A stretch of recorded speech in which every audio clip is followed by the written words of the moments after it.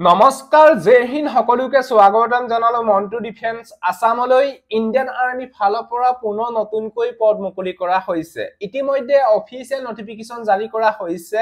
joinindianarmy.nic.in official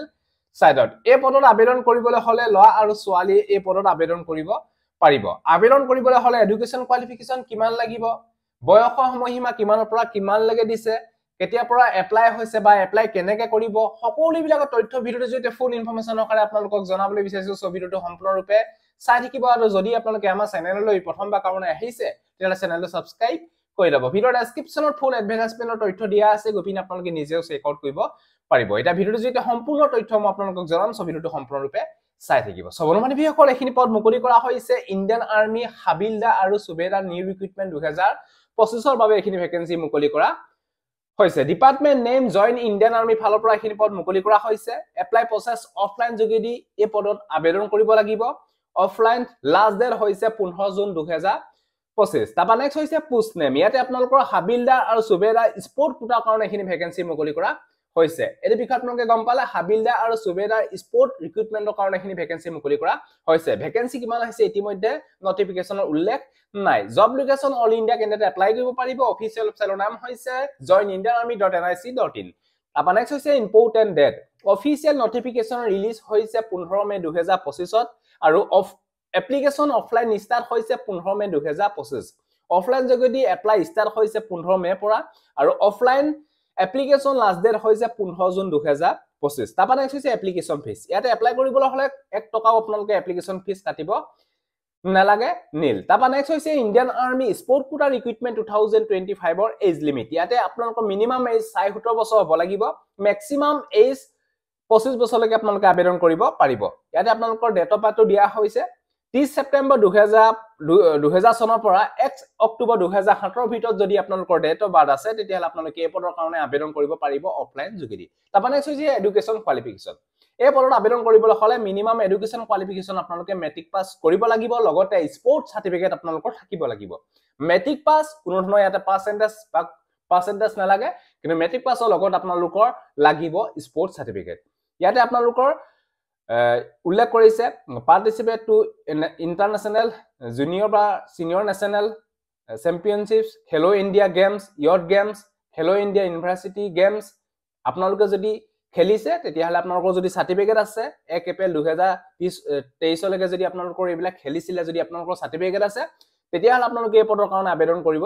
পাৰিব ইয়াতে আপোনালোকৰ টেট বিলাক দিয়া আছে আপোনালোকে গম পাইছে কি আপোনালোকৰ খেল খেলিব লাগিব বা কি আপোনালোকৰ সাৰ্টিফিকেট থাকিব লাগিব আৰু ইয়াতে তথ্য বিলাক দিয়া আছে আপোনালোকে চাই লওক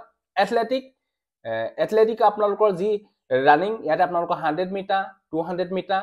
110 মিটাৰ ইয়াতে আপোনালোকৰ দিয়া আছে এভৰিথিং আপোনালোকৰ চাব তাপা নেক্সট আপোনালোকৰ বাস্কেটবল যদি আপোনালোকে খেলিছিলে যদি সাৰ্টিফিকেট আছে তেতিয়া আপোনালোকে এপ্লাই কৰিব পাৰিব বক্সিং আছে ডাইভিং আছে ফুটবল আছে তাপা নেক্সট আপোনালোকৰ জিমনাস্টিক আছে হকি আছে হ্যান্ডবল আছে আপোনালোকৰ কাবাডী আছে সুইমিং আছে তাপা নেক্সট আপোনালোকৰ ভলিবল আছে ভালেখিনি আপোনালোকে ইয়াতে দেখিবলৈ পাব আপোনালোকে যদি এই পদত আবেদন কৰিব বিচাৰে যদি আপোনালোকৰ স্পোৰ্ট সাৰ্টিফিকেট আছে এই ইণ্ডিয়ান আৰ্মি হাবিলদাৰ আৰু সুবেদাৰ পদবিলাকত এপ্লাই কৰিব পাৰিব ডাইৰেক্ট এন্ট্ৰি নিশ্চয় গম আছে direct entry havildar and subedar আপোনালোকে যদি আপোনালোকে আবেদন কৰে যদি আপোনালোকে সিলেক্টেড হয় তেতিয়াহলে ডাইৰেক্ট আপোনালোকে হাবিলদাৰ এণ্ড সুবেদাৰ আপোনালোকে জবটো পাব ইয়াতে আপোনালোকৰ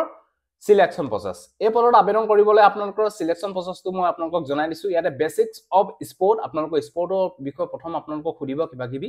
তাপা নেক্সট আপোনালোকৰ ফিজিক্যাল টেষ্ট অনুষ্ঠিত হ'ব ফিজিক্যাল টেষ্ট পিটি এণ্ড পিএসটি হ'ব হাইট এণ্ড চেষ্ট জোখা হ'ব তাপা নেক্সট স্পোৰ্ট ট্ৰায়েল টেষ্ট হ'ব মানে স্পোৰ্টৰ স্কিল টেষ্ট অনুষ্ঠিত হ'ব আপোনালোকে যিটো টেডৰ কাৰণে এপ্লাই কৰে আপোনালোকে যদি বাস্কেটবলৰ কাৰণে এপ্লাই কৰে ফুটবলৰ কাৰণে এপ্লাই কৰে হেতু আপোনালোকৰ টেষ্ট অনুষ্ঠিত হ'ব তাপা ডকুমেন্ট ভেৰিফিকেশন তাপা মেডিকেল এক্সামিনেশন টেষ্ট অনুষ্ঠিত হ'ব ইয়াতে আপোনালোকৰ এড্ৰেছটো দিয়া আছে এই এড্ৰেছত আপোনালোকে অফলাইন যোগেদি আপোনালোকে ফৰ্মখন পঠিয়াব লাগিব ফৰ্মখন ভিডিও ডেসক্ৰিপচনত দিয়া আছে গপিন আপোনালোকে প্ৰিন্ট আউট কৰি পিন ডাউনলোড কৰি পিন ধুনীয়াকৈ আপোনালোকে লিখিবিন আপোনালোকে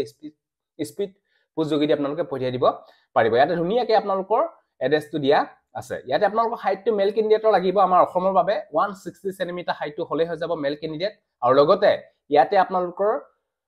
চেষ্টটো আপোনালোকৰ 5 সেমি ফুলাব লাগিব ফিজিক্যাল ফিটনেস টেষ্টত আপোনালোকৰ 1.6 কিলোমিটাৰ ৰানিং হ'ব লোৱাসকলৰ টাইমিং দিয়া হ'ব 5 মিনিট 45 সেকেন্ড তাপা নেক্সট 9 ফুট জাপ মাৰিব লাগিব জিগজাং বেলেঞ্চ অনুষ্ঠিত হ'ব অনলি আপোনালোকৰ ইয়াতে কোৱালিফাই কোনো ধৰণৰ ইয়াতে মাৰ্কছ নাই তাৰপা নেক্সট ফিজিকেল ষ্টেণ্ডাৰ্ড টেষ্টত ফিমেল সকলৰ হাইটটো লাগিব 162 কিন্তু আমাৰ অসমৰ কাৰণে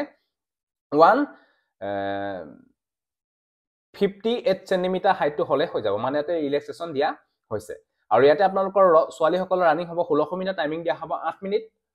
10 ফুট লং জাম্প মাৰিব লাগিব 10 ফুট লং জাম্প মাৰিব লাগিব আৰু 3 ফুট হাই জাম্প মাৰিব লাগিব অনলি কোৱালিফাই ইয়াতে কোনো ধৰণৰ মাৰ্কছ নাই আৰু এই পদবিলাক হ'ব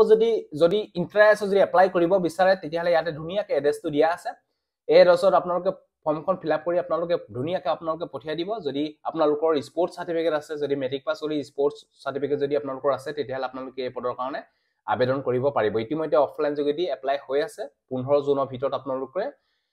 অফলাইন যোগেদি আপোনালোকে ফৰ্মখন পঠিয়াব লাগিব সো এটো আছিল Indian army havildar and subedar বাবে যিখিনি পদ মুকলি কৰা হৈছে স্পৰ্ট ৰিক্ৰুটমেন্টৰ বাবে এইখিনি পদৰ বিষয়ে আপোনালোকক জনালো যদি ভিডিওটো ভাল পালে সকলো কেণ্ডিডেটক যাতে আপোনালোকে ভিডিওটো শেয়াৰ কৰি দিয়ক যাতে সকলোৱে গম পাওক সজিলে বাই জয় হিন্দ বন্দে মাতৰম জয় অসম ধন্যবাদ